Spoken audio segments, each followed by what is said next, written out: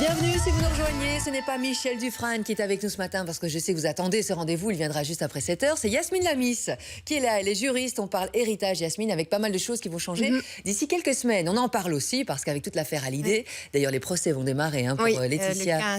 Le 15 mars, je et pense. consorts, c'est donc cette semaine. Oui. Alors que faut-il savoir, que faut-il retenir? Alors justement, cette affaire Hallyday, c'est intéressant parce qu'on voit les passions, les gens s'identifient, mais aussi c'est intéressant parce que, donc comme je dis, il y a deux systèmes différents et le système français et belge, il est basé sur le code civil, le code Napoléon, comme on dit. C'est toutes des lois qui ont été codifiées à l'époque de Napoléon, donc au début du 19e siècle, et on voit bien que l'évolution par rapport à maintenant, il y a beaucoup de choses qui ont changé. On a des familles recomposées, comme le cas de Johnny, des familles monoparentales, etc. Donc c'est ça que, justement, en Belgique, il y a une nouvelle loi qui a été votée il n'y a pas longtemps, qui sera en application maintenant en septembre.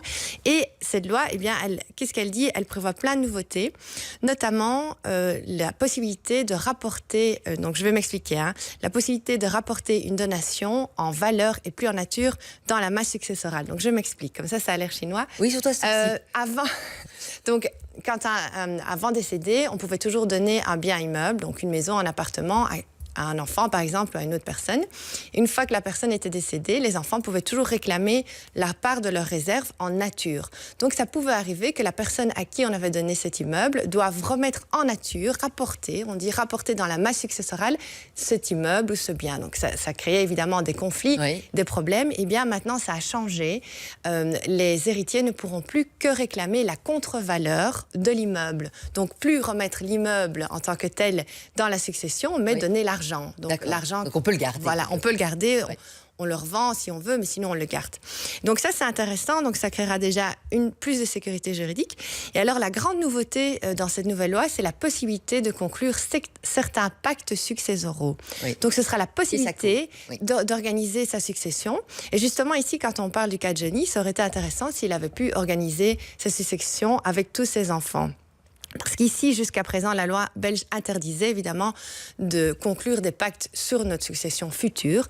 Maintenant, certains pactes sont permis. Évidemment, c'est dans le respect de certaines formes à l'échelle notaire. Mais concrètement, un pacte, ce sont toutes les parties qui se réunissent et qui établissent le testament. Voilà, en gros. donc il y a deux types de pactes. Il y a le pacte successoral familial, où là, c'est tout le monde qui se réunit et qui se met d'accord autour d'un papier. Donc, par exemple, il y a deux enfants. Un enfant est parti aux États-Unis, les parents ont payé cher pour cet enfant. L'autre enfant aura reçu une donation en compensation. Maintenant, à l'heure actuelle, si les parents décèdent, on va considérer que les études chères ne sont pas considérées comme une donation, donc ne devra pas rentrer dans la réserve, dans la masse successorale. Alors, maintenant, les enfants pourront prévoir, toi, t'es parti, papa et maman ont payé des études chères, moi j'ai une donation.